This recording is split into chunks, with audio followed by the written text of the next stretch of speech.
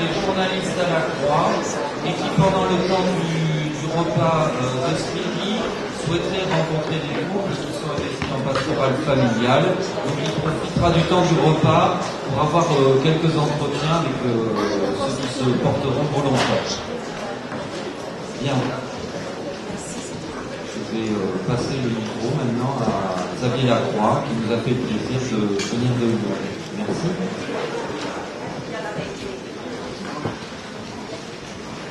Bonjour à chacun et chacune, très heureux de passer à Bordeaux, une fois de plus. L'invitation de Canal Ricard, très heureux de travailler avec les acteurs de la pastorale familiale. Moi, je suis dans des cubes, je travaille également avec joie, la pastorale familiale donc, de Bordeaux, que j'ai déjà rencontré dans le passé. Déjà, bien sûr,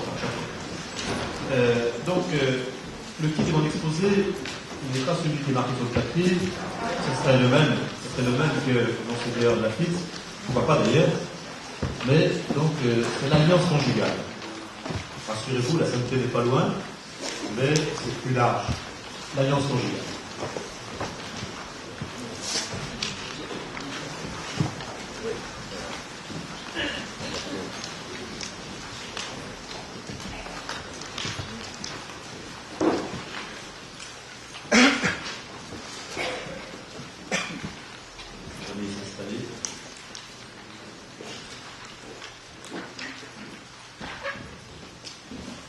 Je commencerai par la remarque d'un mouvement de balancier dans la perception courante des relations entre couple et famille.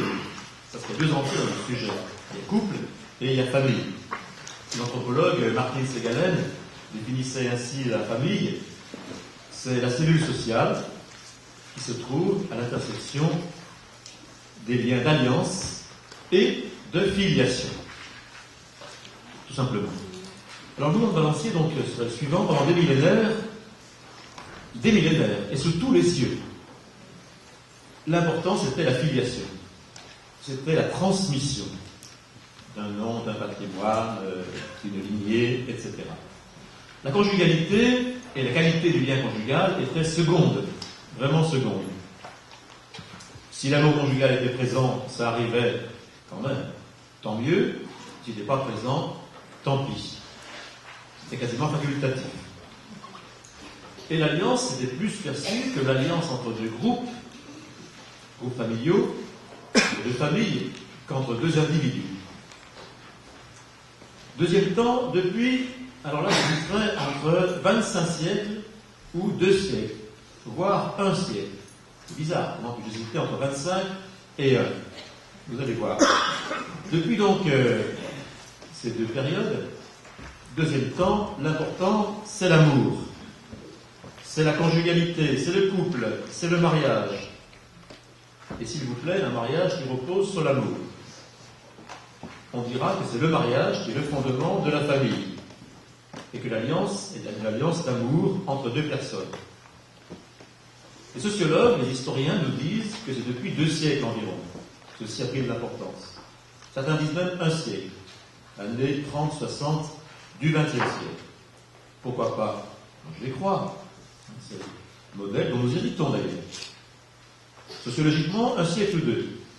Ce qui est bizarre, c'est que quand j'ouvre ma Bible, je vois dès le livre de la Genèse, et après, et chez les prophètes, et dans le Cantique des Cantiques, à travers toute la Bible, le couple au centre et l'amour conjugal au centre. Autrement dit, placer le mariage, l'amour conjugal au centre comme pivot de la famille, ça remonte en fait à l'héritage biblique et chrétien. C'est au centre de l'héritage judéo-chrétien. Même si ça s'est sociologiquement répandu il y a 1 siècle ou 2. Troisième temps, depuis 20 ans environ, 89, je ne sais pas, 20 ans environ, un peu plus peut-être, le retour du balancier. Les sociologues, les juristes, les hommes et certaines femmes politiques nous disent que, à nouveau, ce qui compte, c'est la filiation, la transmission, la parentalité, le soutien à la filiation, à la fonction parentale, paternelle par exemple, le lien parental qui surgit au conjugal dans le divorce. On dira que le lien conjugal est second, pourrais citer un juriste. Il peut exister ou ne pas exister. Durer ou ne pas durer. C'est une sorte de matière à option. Pour beaucoup, le modèle, je dis bien le modèle, dans beaucoup de discours, surtout médiatiques, le modèle, c'est le lien précaire, qui se fait, se défait, qui s'accompagne de pluriparentalité, terme que les sociologues avancent, de recomposition familiale, etc.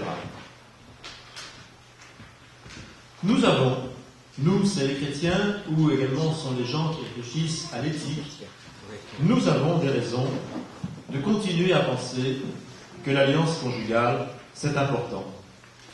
Et même de dire qu'elle est le meilleur fondement pour la famille. Nous pouvons oser continuer à le dire. C'est ma thèse. Une alliance qui repose sur l'amour et qui dure. 3 parties de mon exposé. 1, les raisons éthiques. 2, les sources et ressources spirituelles. Et 3, ce qui est à tenir ensemble. Dire de cette table et aussi, bien sûr, accompagner toutes les situations. Donc, première partie, raison éthique de valoriser l'alliance conjugale dans la durée. Ou pour employer un mot à la mode, on pourrait nous-mêmes peut-être reprendre, durable. Nous sommes au fond pour la famille durable, pour la conjugalité durable, tout simplement. Pourquoi vieillir ensemble? C'est le titre d'une conférence que j'ai donnée il y a quelques années, que j'ai publiée donc depuis, qui a une première partie qui s'appelle « 4 bonnes raisons de vouloir durer ». Ce n'est pas évident aujourd'hui de durer 30, 40, 50, 60 ans. Pourquoi au fond? Avec le recul du temps, et de façon plus synthétique, je retiendrai 3 principales raisons. Éthique, j'ai bien dit. Par éthique, j'entends l'attention aux biens humains fondamentaux. Des biens humains qui, en tant que tels, ne sont pas le monopole des cathos, des croyants, qui ne sont pas totalement directement dépendants de l'expérience spirituelle chrétienne. Ils sont pour tous, donc ils s'adressent à tous. Et nous avons à savoir articuler une parole qui s'adresse à tous.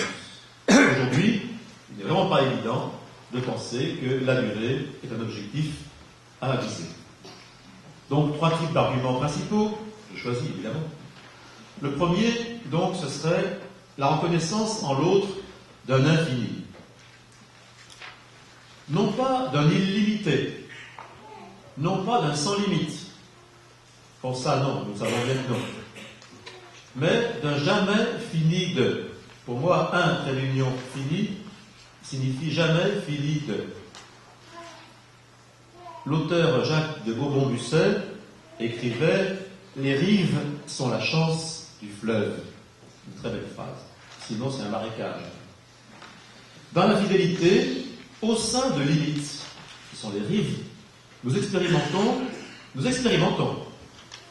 n'y a rien de plus concret pour moi, qu'il y a en l'autre un infini, un inépuisable, un inconnu. J'aime beaucoup le mot inconnu.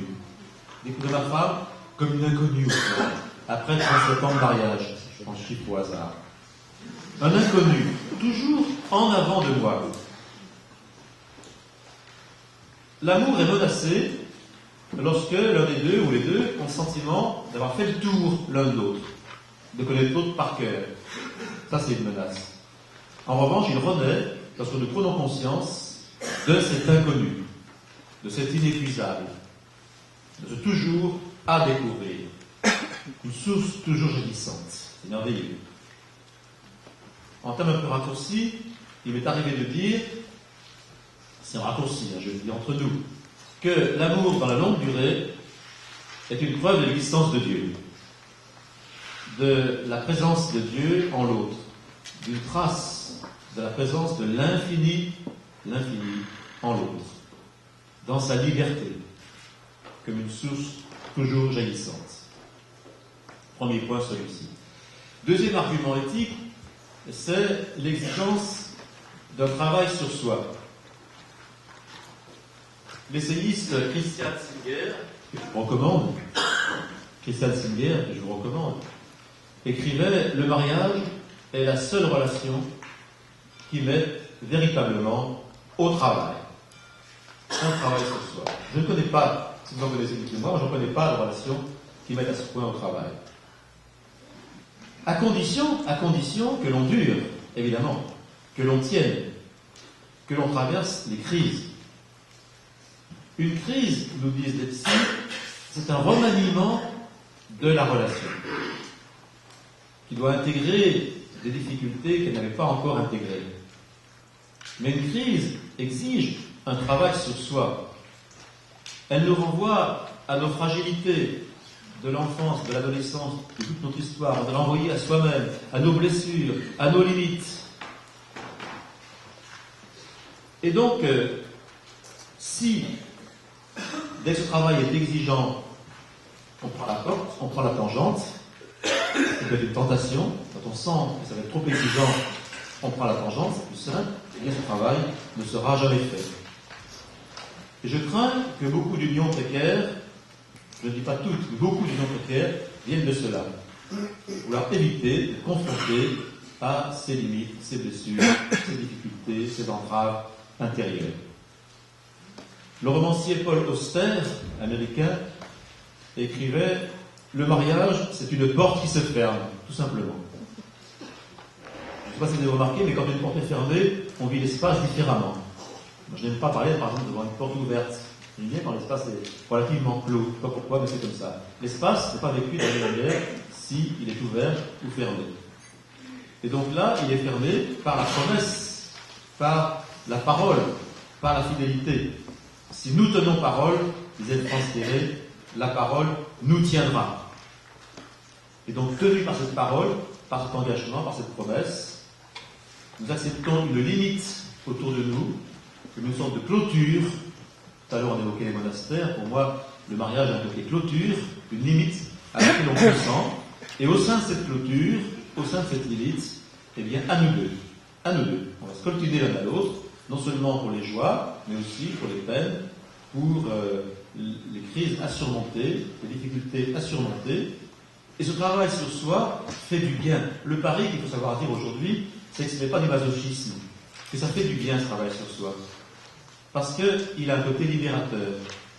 Il nous libère de nos entraves, de nos ornières, dans lesquelles on retombe tout le temps, de nos pesanteurs. Il nous libère au fond de notre égoïsme, de notre enfermement en nous-mêmes.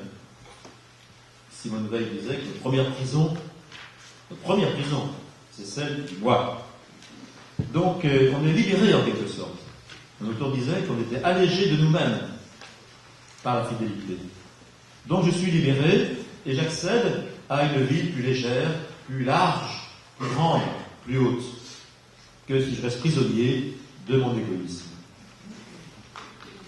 Le troisième bien éthique, c'est le bien des enfants. Tout à l'heure, on y a fait allusion. Ne pas parler du mariage uniquement en termes de couple, éviter le couplisme. On ne se marie pas que pour s'aimer.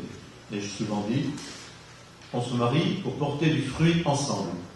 D'ailleurs, dans l'amour, il y a un vœu de fécondité, un vœu de porter du fruit, d'une manière ou d'une autre. Et le premier de ces fruits, charnel, incarné, si nous avons la chance qu'il nous soit donné, ce sont les enfants, bien sûr. Alors, beaucoup aujourd'hui sont encore en réaction contre l'idée de rester ensemble pour le bien des enfants, voire de se sacrifier pour le bien des enfants. En effet, nous connaissons les défauts qu'il y a pu y avoir dans cette morale, les dégâts même causés par elle, des femmes, des hommes qui ont été malheureuses vraiment, parce que se sacrifier pour le bien des enfants. Ce n'est pas sûr que si la mère ou le père est malheureux, le bien des enfants soit assuré. Donc on peut réagir contre cet esprit sacrificiel pour le bien des enfants. Oui, mais quand même.